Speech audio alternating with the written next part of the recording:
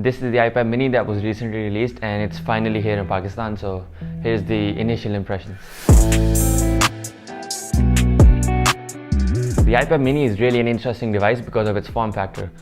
I personally use the iPad Air 4 with the Apple Pencil because I use it to take a lot of notes and drawing sometimes.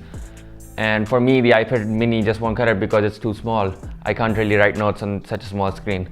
So for me, I don't really find much use for the iPad mini. Now when I saw the iPad mini for the first time and actually used it for a bit, I could see how this would make a great device for content consumption and just, well, you know, a general use tablet. Now you've probably seen the iPad Air as well, and you might start to notice that the iPad mini is basically a mini version of the iPad Air. I mean, it has the A15 chip instead of the A14 from the iPad Air, but overall, including the fingerprint sensor, the camera, most of the thing, it's basically just an iPad Air just shrunk down. It even has the same fingerprint sensor up top, and well, since the iPad mini is so small and it supports the Apple Pencil as well, so when you stick it to the side, it takes up the entire side of the iPad, so the volume buttons have been shifted to the top left of the iPad, which is kind of unusual, but it's only a change in place. It's fine, you'll get used to it.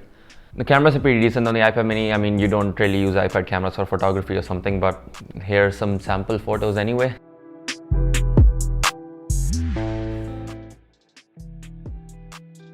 Though one really cool thing about the iPad mini is that it has Center Stage now. This is my first time using Center Stage and honestly it's very cool. I wish my iPad Air had Center Stage.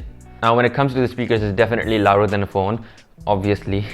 And it's nearly as loud as the iPad Air, which is surprising coming from such a small device.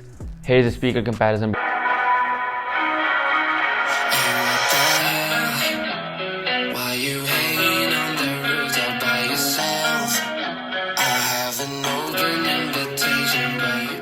As I've already mentioned, it also supports the Apple Pencil, hence the change in the position of the volume buttons. And well, it's an Apple Pencil, what do you expect? It works the same way as it does on the other iPads. They also added the USB-C, just like the iPad Air. But unlike the iPad Air, it does not have the smart connectors on the back, which is one thing it's missing. And I don't see anyone buying a keyboard for their iPad mini because I don't think anyone wants to use it as a laptop replacement.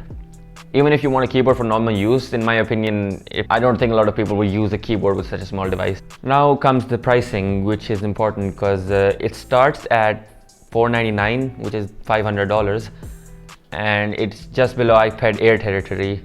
But that's only for the 64GB version. If you want 256GB of storage, which is the only other option, you go around $700, which is iPad Air territory. And at that point, you would just argue that the iPad Air is a better option. But the form factor, I think, plays a big role in deciding which iPad you want, even though the price is almost the same. In Pakistan, the iPad mini is just above 1 lakh rupees, around 1,05,000. It's an iPad mini, there's not really much more to say. Though there will be a long-term review on the iPad mini, or a short-term review, depends. Okay, bye.